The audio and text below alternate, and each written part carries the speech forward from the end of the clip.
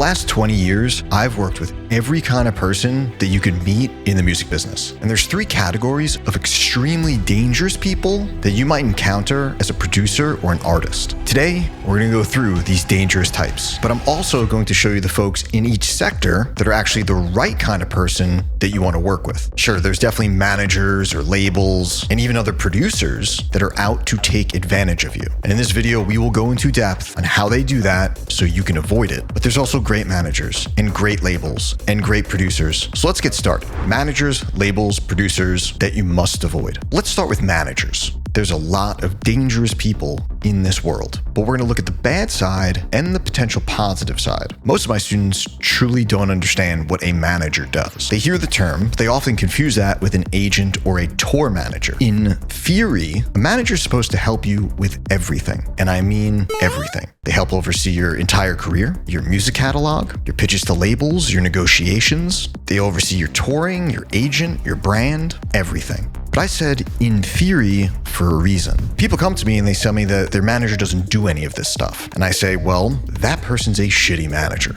Management deals can be very dangerous, and they're extremely hard to get out of. Some of them are very predatory in the long term. Most management deals lock you in for multiple years, around 3 years on average. And once you're in, it's very hard to get out. Also, a lot of management deals include what's called a sunset clause. I love sunsets. Me and you and Moose, we're walking through the sunset. No, not that kind of sunset. Sunset clauses are how managers make money off you even after you've left that deal with them, potentially for years or even forever. And I would try to avoid that stuff completely. Those managers typically argue that they helped you get successful, and thus they deserve money from you potentially forever. But if you're watching this, you already know that all of that comes down to your hard work. Listen to me very carefully. No one can make you successful but you. If a manager is pitching you that they can take you to success, that's dangerous. No one can do that but you.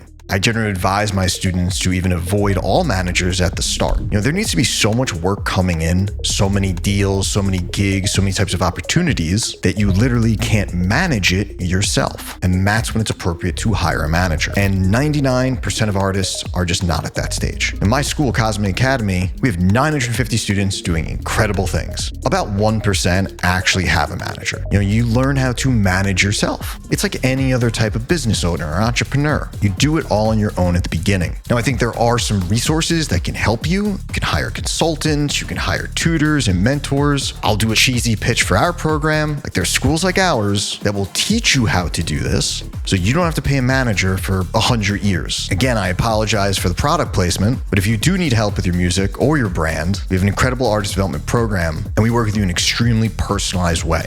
And you really wouldn't need the management if you knew how to do these things on your own. What's also great about knowing how to do these things on your own is then once you understand it, you'll know who's good or bad. You'll say, this manager doesn't know about social media. I get social media. Or this manager doesn't understand how to get me a good engineer. I know engineering. So if you are interested in working with a program like ours to teach you all of this stuff, I'll leave a link below in the comments. You can apply there. And are there good managers? Of course. But my biggest advice here is 1, don't sign with a manager too early. 2, try to make sure you have ways to get out of that deal. Potentially some kind of a termination clause or exit clause, which allows you to get out of the deal before that 3-4 year mark. And 3, be very careful of sunset clauses or different ways that these managers might have the ability to make money off you in the long term, even once your deal is over. Let's talk about the next dangerous type of person or category, labels. I know a lot of you are interested in signing to labels and working with A&Rs and working with label executives. Currently, there are 2 very popular deals that labels are signing with artists. We see this, we know this. We had 537 records signed last year just from our students. So we see exactly what type of deals are going out. There's single deals and there's option deals. The deal that most people think of when I mention labels is they're thinking about what's called a 360 deal. And the 360 deal is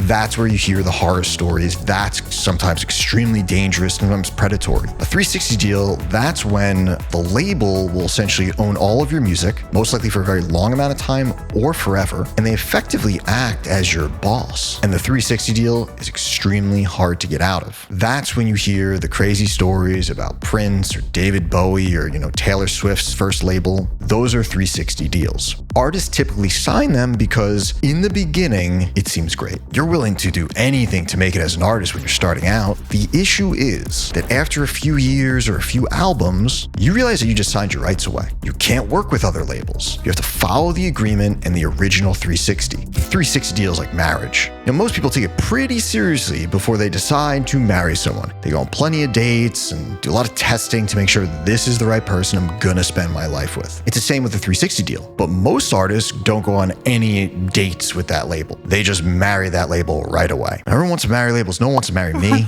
I can't get a 360 deal with any girl. I think I must smell. Now look, I could try to tell you to just avoid 360 deals, but I'm gonna be clear. They're not very popular anymore. For the same reasons I just listed, most labels don't even look to do them anymore, and most artists avoid them. Out of the 900 plus students we have, none of them are in a 360 deal.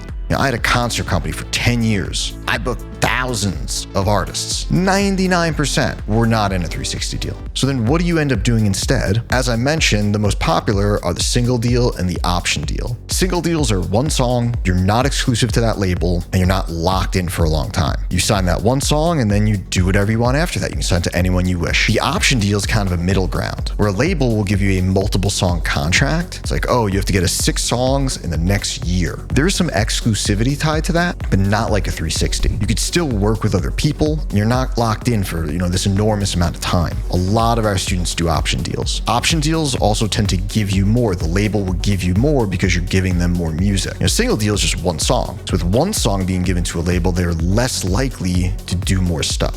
An option deal could try to guarantee you gigs. They could give you guaranteed budgets on your songs. They could help you get singers or collaborators. Our student Worm, I just helped him negotiate a 6-song deal with DivMac. It's very favorable to him with all these extra gigs and budgets. Our student Nostalgics, she did an option deal with Monstercat. That helped her play Tomorrowland, which was a dream of hers. She went there as a kid and now she's playing it. So I think labels get this bad reputation, and because folks hear about the 360 deal from way back when. But there are other labels that do want to help you with your career, and they do offer fair deals. Look, there's positive and negative people everywhere, and there's no difference in this sector. Let's talk about the next dangerous type of person you'll encounter: other producers and other artists. Yes, you watching this video. No, I'm kidding, not you. You're amazing. We love you. But as you are aware, there are some shitheads that do the exact same work that you do. And getting involved with them could be detrimental. Do me a favor. Drop a comment below and tell me if you've ever encountered or even worked with some toxic collaborators or toxic DJs or other toxic artists. You have to be extremely careful with who you associate yourself with, because you are a combination of the people around you. And in this business, it's big with association. It's like, oh, I don't want to book that person because they're associated with that other person who's just really toxic. Now, if you're around negative folks, they're just hating everything, shitting on everything, crying about how the industry sucks all day, that is going to seep into you. And let me be clear again,